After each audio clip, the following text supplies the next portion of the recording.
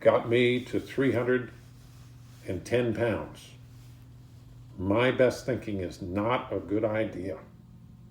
Did anybody want to comment on that part I've read in there?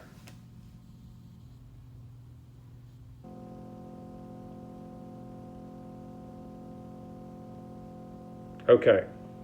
If we cannot or would rather not do this, we search our acquaintance for a closed-mouthed, understanding friend. Perhaps our doctor or psychologist will be the person. It may be one of our own family, but we cannot disclose anything to our wives or parents which will hurt them or make them unhappy. We have no right to save our own skin at another person's expense. Such parts of our story we tell to someone who will understand yet be unaffected. The rule is we must be hard on ourselves, but always considerate of others. Notwithstanding the great necessity for discussing ourselves with someone, it may be one who is so situated that there is no suitable person available. If that is so, this step may be postponed. Only, however, if we hold ourselves in complete readiness to go through with it at the first opportunity. We say this because we are very anxious that we talk to the right person. It is important that he be able to keep a confidence and that he fully understand and approve of what we are driving at. Alrighty.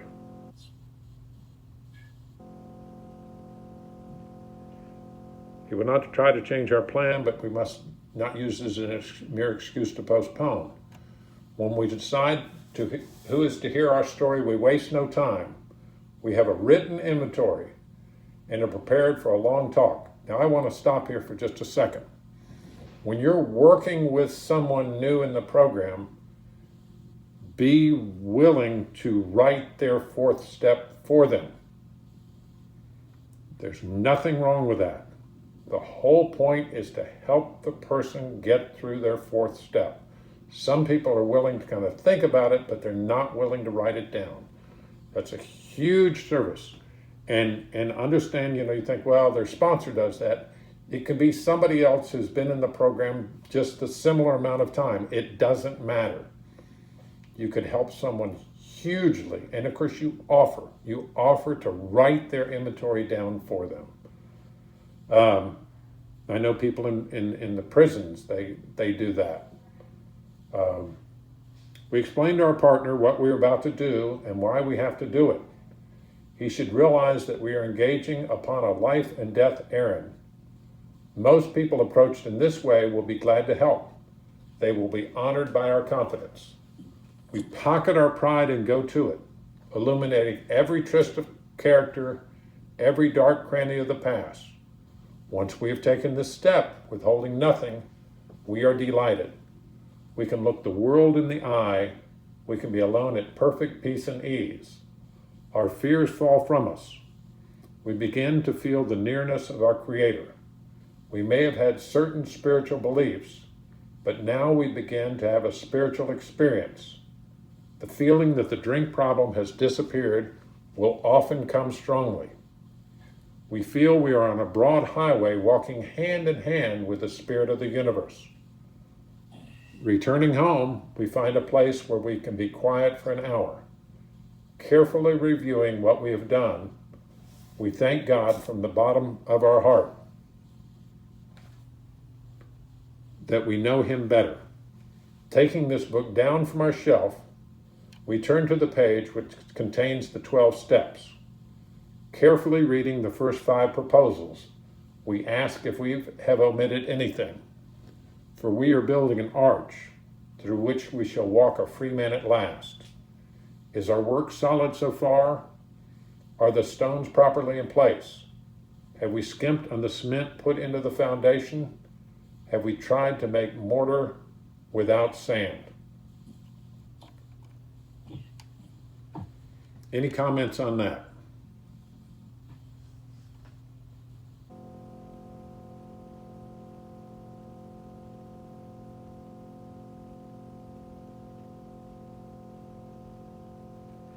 I particularly enjoy we are building an arch through which we shall walk a free man at last.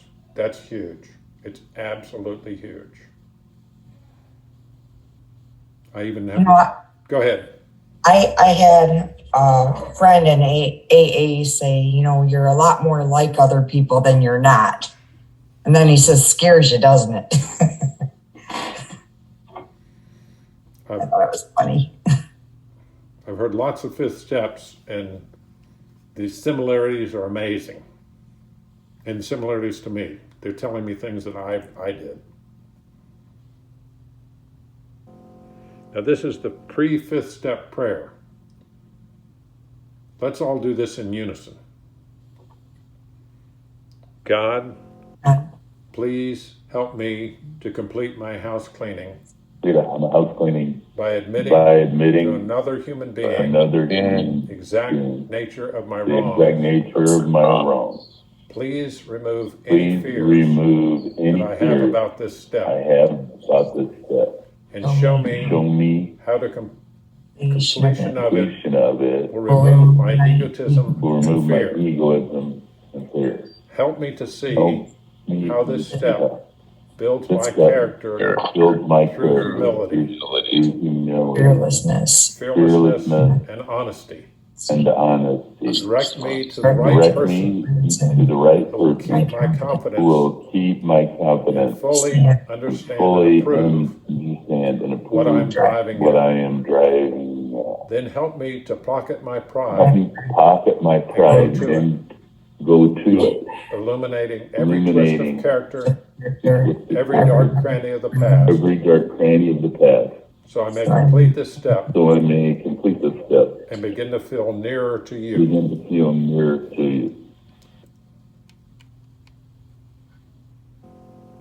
Alrighty, we're going to do in unison the fifth step prayer in it together. Higher power, thank you for helping me to complete my house cleaning. I can now look the world in the eye. I can be alone in perfect peace and ease. My fears have fallen from me. I have begun to feel your nearness. I have begun to have a spiritual experience. I feel I am the broad highway, walking hand in hand with the Spirit of the universe. And then we have one more prayer. God, thank you for giving me the strength, faith, and courage I need to get through my fifth step. I thank you from the bottom of my heart for helping me to know you better, by showing me what has been blocking me from you. Father, please show me if I have omitted anything, and help me to honestly see if my stones are properly in place, or if I have skimped in any area of this work. Alrighty, and I'm going to just mention that if you would like to get calls from other people at the workshop, put an email or a phone number in the chat. But you don't, it's voluntary. It's Overeaters Anonymous. You don't have to put your name or phone number in there. Now we're going to have a 5-minute discussion of one word, and it can be more than one word, of your life being absent.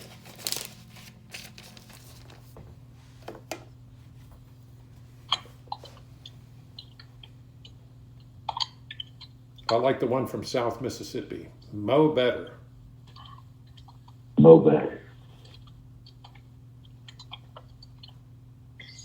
I like sanity. Sanity. Recovery.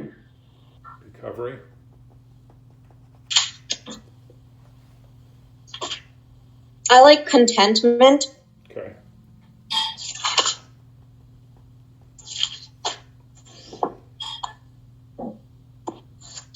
It's more than one word, but lack of guilt.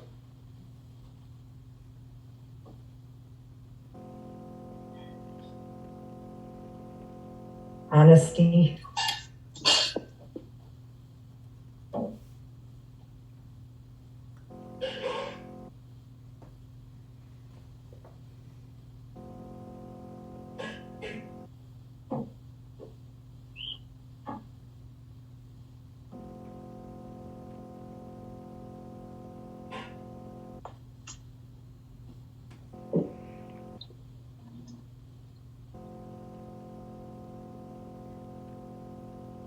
What else do you all experience in recovery?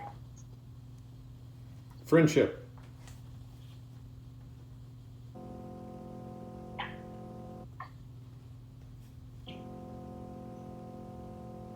Fellowship.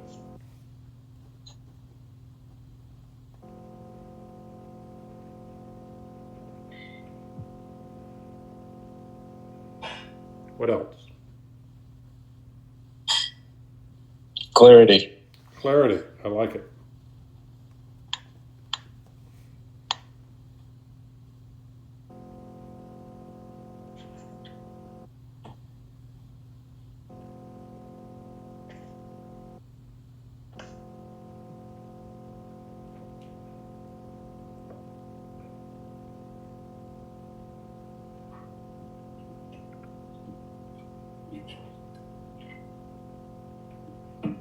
Anything else? We have Mo Better. That's my favorite. Sanity, recovery, contentment, lack of guilt, honesty, friendship, fellowship, clarity.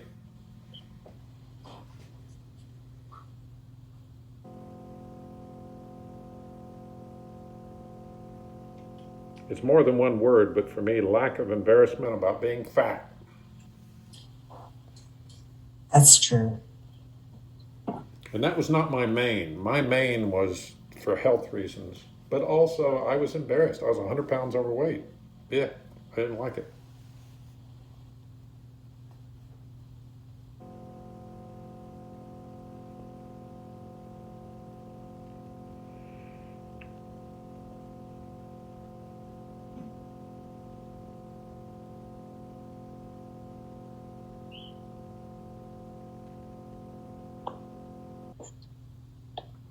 I also like being a role model of the solution, not the problem.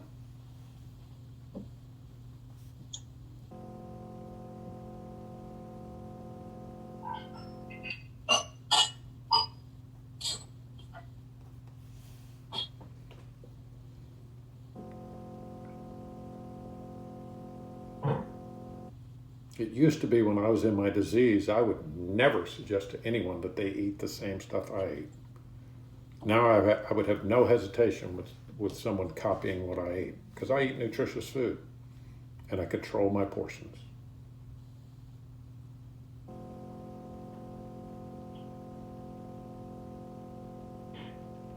So we have Mo Better, sanity, recovery, contentment, lack of guilt, honesty, friendship, fellowship, clarity, lack of embarrassment, and role model of the solution. That's much more than one word.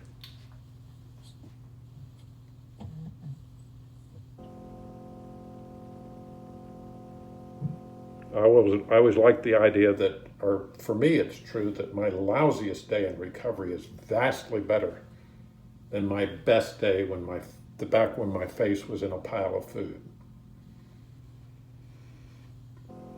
And I've been abstinent for 5 years. I'm grateful for every day that I'm abstinent. It's a gift from God.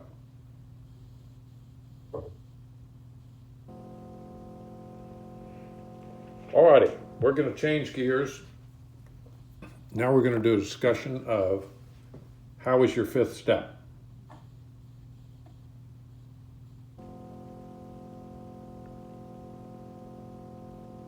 Would anybody be willing to share about doing a fifth step?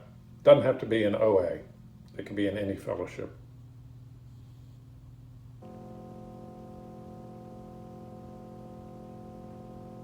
Well, the one that was most memorable to me was the fifth step that I did in AA. And my sponsor gave me a list of 7 questions. And you can Google these questions.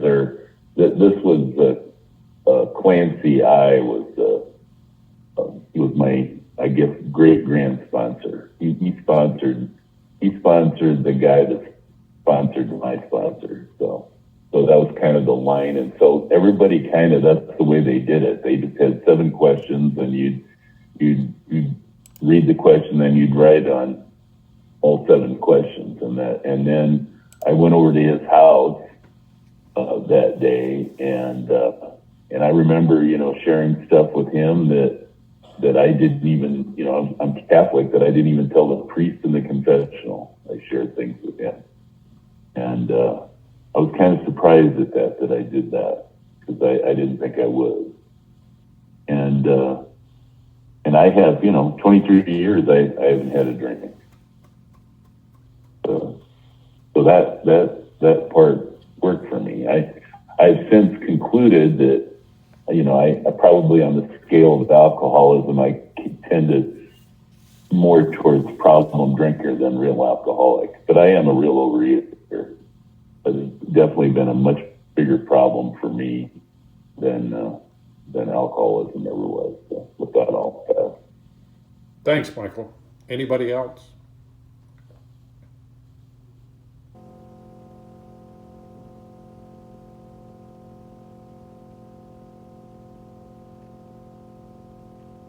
I'll mention my experience with doing a 5th step, that I was very much afraid to do my 5th step.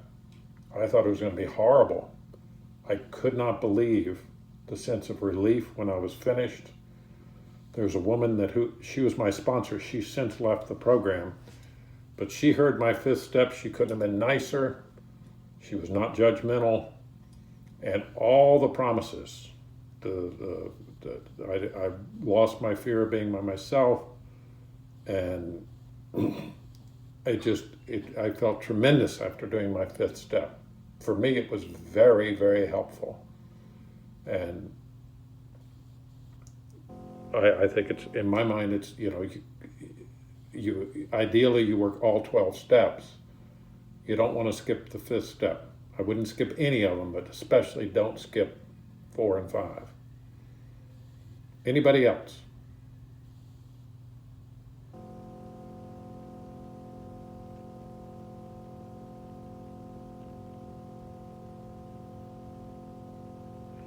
All righty. Go ahead. Hello. Go ahead, Terry. Thanks. It's Terry. My sponsor actually takes a very broad approach, and which is to say, he always asking me,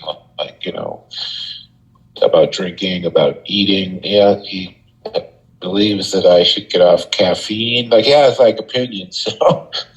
But one of the things he talks about is positive thinking a lot and negative thinking. And together we were able to, through a number of 5th steps, get to a point where I realized that I had a childhood memory from before I was 5 years old where I did something that was probably the first time I thought I did anything wrong.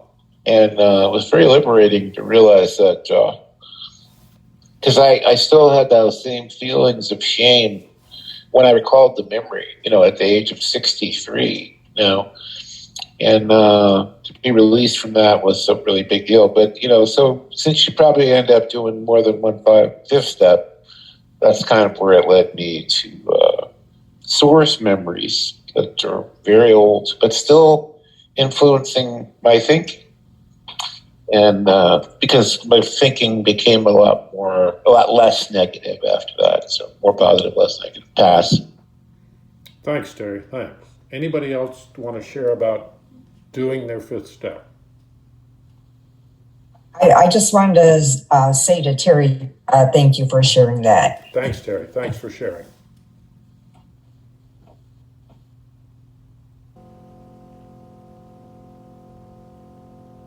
I see a counselor, so it's been kind of a process, of doing the 5th step. So, but it is freeing, and I am making progress, and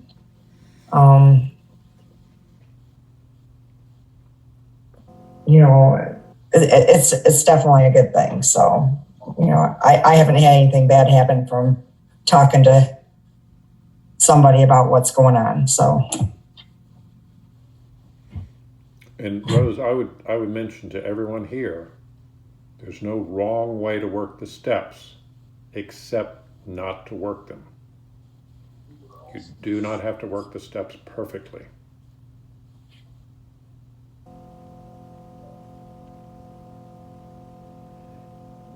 Would anyone like to share, either you can still share about doing your fifth step, or would anyone like to share about taking somebody's fifth step?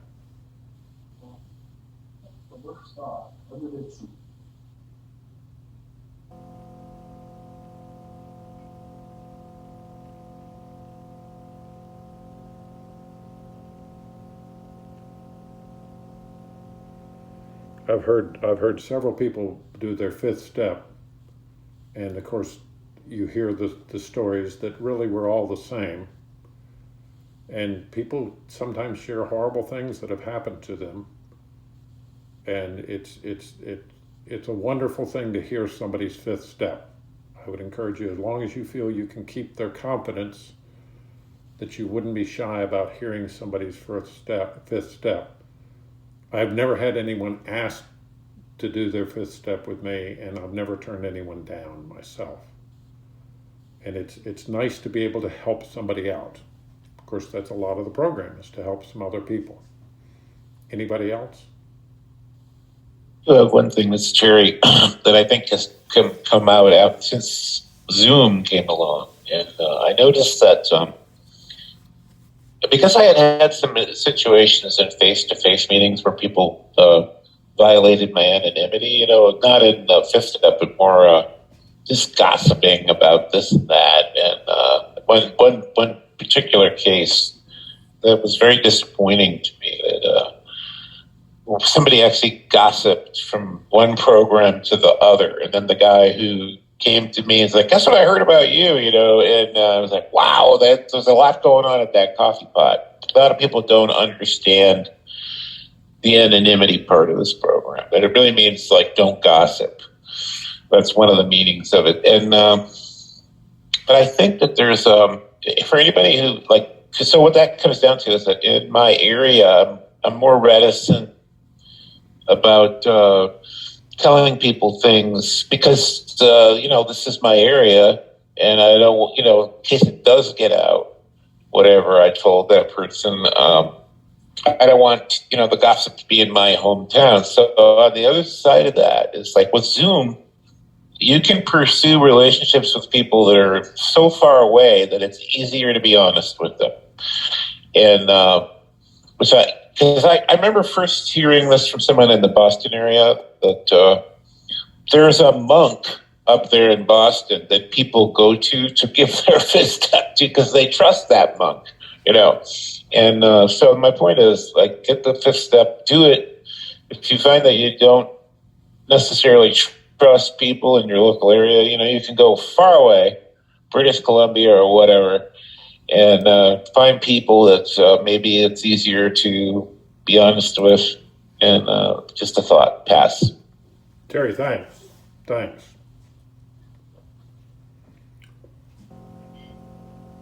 And I'm going to digress from exactly what we're talking about, but I've had multiple people that I have met in the rooms of Overeaters Anonymous, and then boom, they either disappear.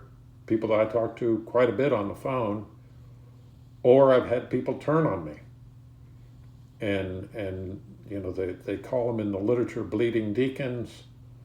Only people with problems come to our meetings. I've been to a meeting where at least half of the people in the meeting turned on me. They didn't like my share. And Rick has enough sense that he doesn't go to that meeting anymore. But realize that you're dealing with people that have problems. And then thinking is bad, writing is good. Thinking is bad, writing is good. And after you've heard a fifth step, you should ask the person the question, did you leave anything out? Just go ahead and ask them. And then the other thing that you could mention to a person after you've heard a fifth step is, you're a good person who has suffered from the disease of compulsive overeating. I forgive you, and God forgives you. That's huge. I think it's huge. I think it's a good thing to do. Alrighty, let's do this prayer in unison. This is the quiet hour prayer. God, thank you for giving me Thank the you for strength, giving me the strength, faith, faith, and courage and courage I need to get through my fifth step.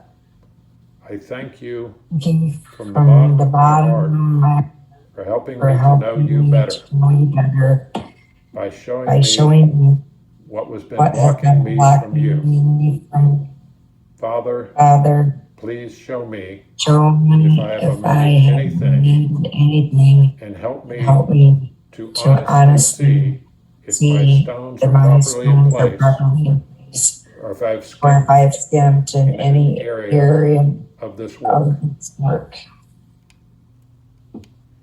Alrighty, look, it's pretty close to time. I think it'd be a good time to take a break. Does anybody have anything they want to share before we break for lunch? And I do want to thank you all for coming. This is tremendous. It wouldn't be much of a workshop if I was just talking to myself. And I want to again thank Terry. He did a tremendous job. I think this helps the workshop vastly.